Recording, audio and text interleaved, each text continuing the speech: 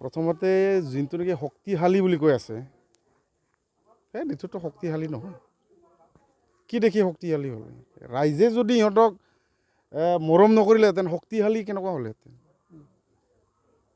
আজি শক্তিশালী যোনজন আগত খাই গ'ল শক্তিশালী শক্তিশালী বুলি কৈ কিনে ৰাইজৰ দুৰ্দশা কিবা বুজিলে?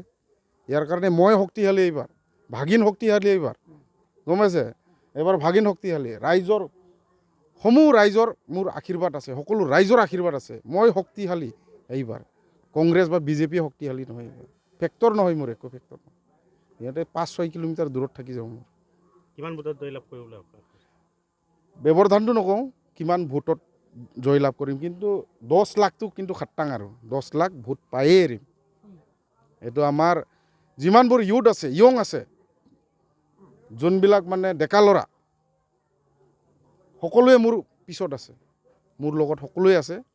এইবিলাক মানে ৰিটায়াৰমেণ্ট মানুহবিলাকক এইবাৰ মানে ৰিটায়াৰ কৰিয়ে পেলাই দিব, মানে ৰিটায়াৰ পাৰ্চন হৈ গ'ল ন সিহঁতে, বয়সো হ'ল, লাহেকৈ বহি থাকক।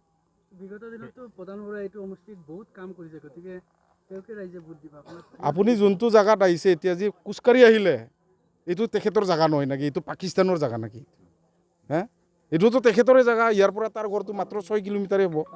হে, কি উন্নয়ন কৰিলে দেখিলে? 5-6 কিলোমিটাৰ খোজকাঢ়ি আহিছোঁ আমি, আপোনালোকেওচোন আহিছে, দেখিলেই। এইটোৱে উন্নয়ন। বিগত প্ৰধান বৰাই বহুত উন্নয়ন কৰিলে, কিন্তু উন্নয়ন কৰিলে কি সেইটো বোকা ৰাস্তা দেই, ট্ৰেক্টৰে সোমাব নোৱাৰে, সেইটোৱে।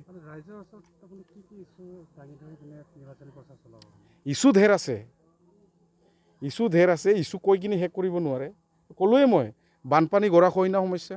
আজি অৰুণাচলৰ পৰা নদীয়ে একদম আহি একদম খেতি পথাৰ ধ্বংস কৰি একদম বালি পুতি শেষ কৰি দিয়ে, সেইবিলাকত কাম কৰিম। নিবনুৱা সমস্যা, ঠিক আছে, জনজাতীয়ৰ সমস্যা, জনজাতীয়বিলাকৰ ম্যাদী পাট্টা যিবিলাক মানে আজি কি কৰিছে, কিছুমান টাউনসমূহত একঠা মাটি আমাক দিছে জনজাতিসকলক, যিহেতু আজি আমাৰ জনজাতিসকল ইয়াৰ মূল ভূমিপুত্ৰ, ইহঁতৰ 1000ও থাকিব পাৰে, ফ্ৰী অফ কষ্ট হ'ব লাগে।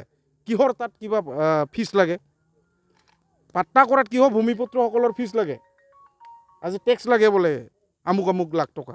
হে, আমাৰ খিলঞ্জীয়া ভূমিপুত্ৰই ক'ৰ পৰা দিব?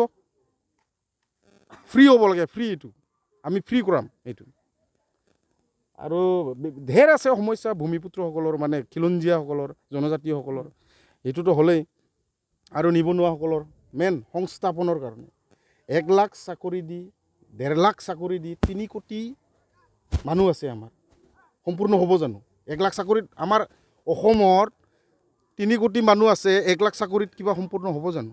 আজিও বেংগলৰ, চেন্নাই, গোৱাত গৈ আছে মানুহ।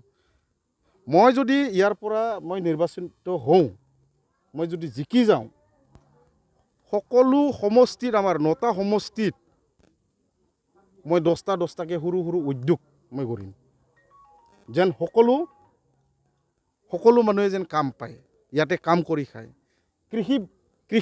কৃষিৰ কাৰণে কাম কৰিম, যেন মানে আমাৰ মানুহে উন্নত জাতৰ কৃষি কৰি যেন মানে স্বাৱলম্বী হয়। সেইটোৱে নিবনুৱা, এই 3টাটো মেইন ইছ্যু মোৰ। একে নহয় হে, কালি পৰহি আমাৰ মেডিচিনৰ দাম বঢ়াইছে। যি বস্তুক আমাক ফ্ৰীত লাগে, ফ্ৰীত কি বস্তু লাগে? 2টাই বস্তু লাগে আমাক। ফ্ৰীত লাগে, এটা হ'ল এডুকেশ্যন, আমাৰ জনসাধাৰণৰ সৰু বাচ্চাবিলাক ভালকৈ শিক্ষিত হওক, সকলো মানে শিক্ষিত হওক। ইয়াৰ কাৰণে আমাক লাগে প্ৰথম ফ্ৰী হ'ল এডুকেশ্যন। আমাক এইবিলাক অনুদান আমাক নালাগে, আমি কৰ্ম কৰি খাব পাৰোঁ নহয়, হয়নে নহয়? ভালকৈ ৰাস্তা বনাই দিয়ক, ভালকৈ অনুষ্ঠান কৰি দিয়ক, আমি কৰ্ম কৰি খাব পাৰোঁ নহয়। ফ্ৰী কিয়? এই চাউল 5 কেজি, চাউল 5 কেজি কাৰ জোৰে? হে, অৰুণোদয় 1000 টকাক জোৰে? হে, নোজোৰে কাকো। ইয়াৰ কাৰণে আমাক কৰ্মসংস্থাপনহে লাগে। ইয়াৰ কাৰণে সেই কৰ্মসংস্থাপন দিবৰ কাৰণে এইবাৰ ফুল্লি দিল্লীত মাত মাতিম। আপটো মই ভাৰতত নোৱাৰিলেও মোৰ লখিমপুৰ লোকসভা সমষ্টিটো মই কৰিব পাৰিম। কৰ্মসংস্থাপনটো মই জিকাৰ পিছত তাৰ বাবে মই ওলাই আহিছোঁ। ইয়াৰ কাৰণে ইউথ মোৰ লগত আছে।